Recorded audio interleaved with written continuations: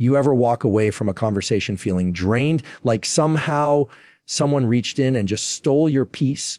You're not crazy. That's what toxic people do. But what if I told you that there's one mindset shift, just one, that flips the script? You don't have to argue. You don't have to prove anything. And no, you don't have to cut everyone off. Do this once and watch how the people who feed on your reactions just stop showing up. You ever notice how some people only really engage with you when you're defending yourself? When you're on your heels, trying to clarify, explain, make sense of something that didn't even come from you in the first place, they throw a comment out there, maybe passive aggressive, maybe just outright disrespectful, and then wait for you to jump.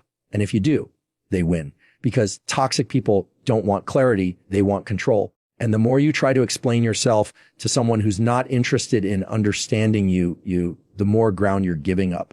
Now, I want to make something clear. Explaining yourself isn't a bad thing. Communication is good. But there's a difference between healthy communication and emotional defense mechanisms. Toxic people blur that line. They create situations where you feel like you owe them something, an answer, a justification, maybe even an apology, when really all they did was make you question your reality. And so you go into overdrive, trying to walk them through your every move. You replay conversations. You send paragraphs. You talk to 3 friends just to make sure you're not overreacting. But here's the truth. When someone is committed to misunderstanding you, no amount of explanation is going to change that. What if instead of playing defense, you just stopped explaining yourself? I'm talking about pausing before you rush to justify, taking a breath before you feel the need to fill the silence, choosing not to perform emotional gymnastics for someone who wouldn't do half as much for you. That shift, it's small, but it's everything. Because here's what happens when you stop explaining. They lose control. They don't know how to proceed when you're not giving them something to twist. When you say, I'm not comfortable with that, and then you stop talking, you're forcing them to deal with a version of you that isn't bending over backwards. That silence, that calm, quiet pause, that's where your power lives. It's where your peace takes root. And look, I get it. We explain ourselves because we want to be understood. We want to be seen as fair, rational kind. That's human. But the moment you realize that your peace is more important than someone else's opinion of your intentions, everything changes. You start recognizing that some people don't want peace with you. They want access to you. And there's a big difference. Let's say someone accuses you of being selfish because you set a boundary. The instinct might be to say, no, I'm not selfish. I just have a lot going on. I didn't mean to ignore you. It's just that. And now you're explaining. But what if you just said, I understand you feel that way, and left it there? You're not being rude. You're not being dismissive. You're just not inviting yourself into a debate you never agreed to have. That moment right there, that's the one I want you to remember, because toxic people don't know what to do when you don't feed the fire. They're used to the cycle, provoke, explain, twist, repeat. But when you cut out the second step, the whole thing collapses. And yes, they might call you cold. They might say you've changed.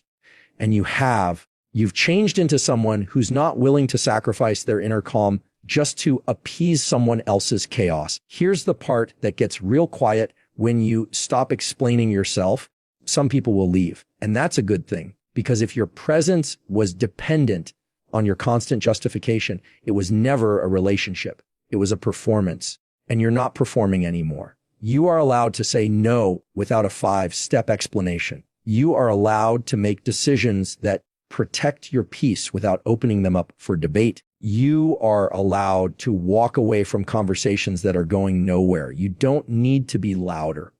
You don't need to be meaner. You just need to be done. One of the hardest lessons to learn, especially for those of us who care deeply, who want to keep the peace, who are taught to be nice, is this: you don't owe anyone a full backstory every time you say no. Let that settle for a second. You don't owe them a breakdown, a history, a family tree of reasons just so your boundary feels valid. The boundary F is the reason. Now, I get it. We've been conditioned to cushion our boundaries so they land softly, especially with people who might not like hearing them. So instead of just saying, I'm not available, we'll say something like, I'm so sorry. It's just that this week's been crazy and I've had no sleep. and my cousin's in town. And what we're really saying is, please still like me after this. No, but that's the trap. Toxic people love that space you leave open, the space where you're trying to prove you're not a bad person for protecting yourself. They crawl right into that gap and start unpacking your words, twisting them, making you second guess what should have been a simple decision. And the next thing, you're backpedaling, adjusting, bending your boundary just enough so it doesn't feel too sharp for them. But boundaries aren't meant to be soft. They're meant to be clear.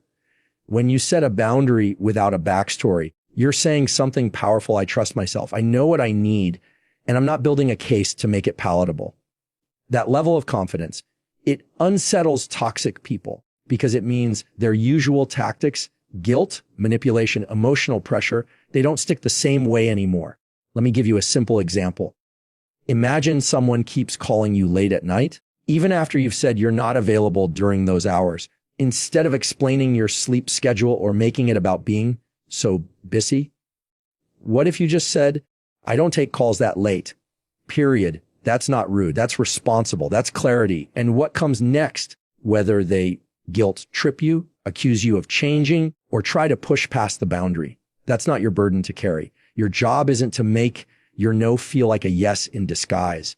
Your job is to protect your peace. I see this all the time with people who are slowly learning to advocate for themselves. They'll say something like, I just didn't want to hurt their feelings. And I'll say, but you're hurting yours in the process. Every time you over-explain a boundary, you're trying to manage their emotions at the cost of your own. And you end up exhausted. You start resenting people, not just for crossing the line, but for making you feel like you had to draw it with glitter and soft pillows. But once you get the hang of this, once you realize you can just say no, or not now, or I'm not okay with that, and leave it there, something shifts. You stop attracting people who only respect boundaries that come with disclaimers. And you start building relationships with people who don't need a reason to respect your limits.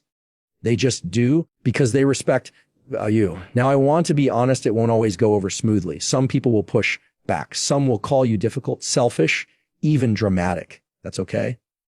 Let them. Their discomfort with your boundary is not your cue to soften it. It's their cue to adjust or exit. And either outcome is a win for your peace. This isn't about being cold. It's about being clear. It's about realizing you are not a customer service rep for your own life. You don't have to give out tracking numbers every time you change direction. You don't need to sell people on your self-worth. You just need to honor it. So from now on, say what you mean. Say it kindly, say it calmly, but say it without the extra paragraphs. Your boundary is valid even when it's simple. Toxic people thrive on reaction. That's their fuel. They poke, they prod, they trigger. Because what they really want is your emotional energy. They want the spark in your eyes, the shift in your voice, the quick rise in your chest. And once they get it, they know they've got you. They know you're playing the game. But here's something they can't work with: neutrality, calm, stillness. That's why one of the most powerful things you can do when dealing with a toxic person is to become boring on purpose. No drama, no pushback, no reaction, just flat. That's what the gray rock method is all about. When you show up like a gray rock, emotionally neutral, unmoved, they can't latch onto anything. There's no emotional hook to grab. Now, let me be clear. This isn't about being fake. It's not about suppressing your feelings. It's about being intentional with your energy, because not everyone deserves access to your reactions. Just like you wouldn't hand your house keys to a stranger, you don't need to hand your emotional response to someone who's proven they don't handle it with care. Think about the last time someone tried to bait you. Maybe it was a passive, aggressive comment at a family dinner. Maybe it was a coworker throwing shade in a meeting. Maybe it was a partner or an ex trying to twist your words into something they never were. Your instinct might have been to correct them, to defend yourself, to set the record straight. That's human. But here's the thing: when you engage, you're entering their arena. And once you're in it, they get to set the rules. But what if you didn't give them that? What if you just nodded and said, he am, or changed the subject, or answered with a simple, okay, and moved on? What if you gave them absolutely nothing to feed off of? They won't know what to do with that. You're taking away the very thing they count on, your reaction. The gray rock method isn't about winning an argument. It's about refusing to enter one. It's about letting your peace become so unshakable that their chaos can't find a crack to crawl through. When they get silence instead of spark, they get confused. When they get calm instead of conflict, they get uncomfortable. And eventually they get bored. Because here's the secret: toxic people don't actually want connection. They want control. And once they realize you're not available for that game anymore, they tend to move on to someone who is. That's not rejection. That's protection. That's protection. That's your energy doing its job.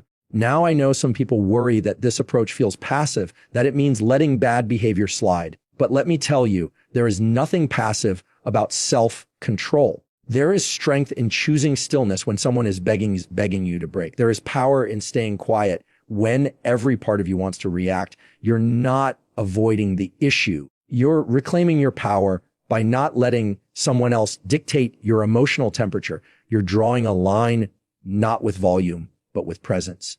And yes, they might accuse you of being distant, of not caring, of changing. Let them. You're not here to prove you're still the same person who used to overextend, over-explain, and overreact. You're allowed to evolve. You're allowed to stop showing up for battles that leave you empty. At first, this shift will feel unfamiliar. You'll feel the urge to jump in, to defend yourself, to be understood. But the more you practice, the more you'll realize something beautiful. Not reacting isn't weakness. It's wisdom. It's knowing that you don't have to participate in every storm that passes through your life. You get to be the calm. You get to be the stillness. You get to be the rock. There's a moment that catches people off guard when they start setting boundaries, when they start speaking up, standing firm, showing up differently. It's the silence that follows, the unanswered texts, the sudden distance, the change in tone. Someone you used to hear from all the time suddenly goes quiet after you finally said something honest. And the temptation is to panic, to think, did I go too far? Was I too harsh? Did I mess this up? But let me tell you something real simple. Their silence is their answer. That moment of quiet after you finally speak your truth, that's not rejection. It's revelation. It shows you exactly where they stood the entire time. Because healthy people, real, grounded, emotionally safe people, don't run away when you set a boundary. They lean in, they adjust, they respect it. It's only the ones who benefited from your silence, your overjeeving, your constant yes, who get uncomfortable when you finally say no. Toxic people don't always leave in a storm. Sometimes they leave in a shrug, a slow fade, a quiet withdrawal. And because it's not loud or dramatic, we start filling in the blanks ourselves. We start justifying. We think maybe they're just busy. Maybe they didn't understand what I meant. Maybe I should reach out again just to smooth things over. But what you're really doing is chasing clarity from someone who's already given it to you in the form of distance. We don't like silence because it feels unfinished. But with some people, silence is the most honest response you'll ever get. When they stop showing up after you speak up, that's clarity. When they disappear after you ask for respect, that's confirmation. And it hurts, yes, but it also saves you because it spares you the performance. It spares you from investing in people who only ever saw you as valuable when you were easy to manage. When someone falls back the moment you draw a line, that's not someone who loved you unconditionally. That's someone who loved the version of you who didn't have boundaries. And that's a hard pill to swallow. But once you do, you start realizing the silence wasn't the loss. It was the reveal. We've been taught to chase closure, to fix what feels broken, to not let people slip away. But here's the truth. No one tells you. Not everyone deserves an exit interview. Not everyone deserves to be convinced to stay. If someone disappears the moment you start showing up differently, let them. Their absence is not a failure on your part. It's an invitation to make room for people who see the full you and stay. You want to know if your boundary is strong. Watch who disappears. That's not drama. That's data. That's life showing you what relationships were conditional, what dynamics were one-sided, and what patterns no longer work now that you've grown. And I want you to hear this clearly. Your healing will make some people uncomfortable. Your peace will feel like distance to those who only knew you in your chaos. But don't shrink just to fill the silence. Don't run back just to fill the space. If someone can't sit with the version of you that finally honors yourself, let them exit. That silence isn't a door closing on you. It's a door opening for you. You don't have to beg people to respect you. You don't have to overextend to keep someone in your life. If someone pulls back because you finally decided to take care of yourself, let them stay gone, because the people who are meant for your next chapter won't get scared off by your growth. You deserve relationships that don't require you to shrink, to explain, to chase, or to perform. You deserve people who stay even when you get honest. There comes a moment when you realize that not every voice that reaches you deserves a response. And when that moment hits, everything shifts. Your peace stops being so easily hijacked. Your day stops being dictated by someone else's mood, tone, or opinion. Because the truth is, so many of us are trained to respond by default to every text, every call, every rude comment, every emotional push. We think being a good person means being constantly available, always engaging, always explaining. But the reality is the most grounded version of you doesn't respond to everything. It chooses what's worth your energy and lets the rest fall flat. Toxic people thrive on your availability. They count on your need to explain, defend, smooth things over. But when you stop giving automatic access to your attention, they get confused. They start realizing they're not as close to the control panel of your life as they thought. And that's the beginning of real freedom. You have to start seeing your attention like a currency. Valuable, limited, not for everyone. When someone shows up with drama, manipulation, or guilt, and you don't answer, not out of cruelty, but out of clarity, you're sending a powerful message. My peace isn't up for grabs. We often feel pressure to respond because silence feels rude. It feels unfinished. It feels like maybe we're being cold or passive aggressive. But silence isn't always avoidance. Sometimes it's alignment. Sometimes it's the clearest way to say, this doesn't deserve a place in my life. And here's the thing, when you respond to everything, you become reactive. You're constantly pulled out of alignment, trying to manage everyone else's emotions while yours get pushed further and further down the list. But when you start choosing your responses, not out of fear or guilt, but from a place of grounded self-respect, you stop being tossed around by every opinion, every mood, every conflict that comes your way. Let's say someone sends a nasty message. In the past, maybe you would have typed out a long reply, point by point, defending yourself, justifying your actions, making sure they knew you weren't what they accused you of. But what did that ever get you? Maybe a temporary sense of control, but probably not peace. Toxic people don't want truth. They want engagement. They want you in the mud with them, trying to fix something they never intended to fix in the first place. Now imagine seeing that same message and choosing not to respond at all. Not out of pettiness, but because you've outgrown the need to prove yourself. That's a different kind of power. That's emotional maturity. That's knowing that your voice isn't meant to echo in places where it will only be misunderstood. You're not required to keep every door open. You're allowed to protect your time, your space, your energy. And no one has the right to demand a piece of you just because they've always had access in the past.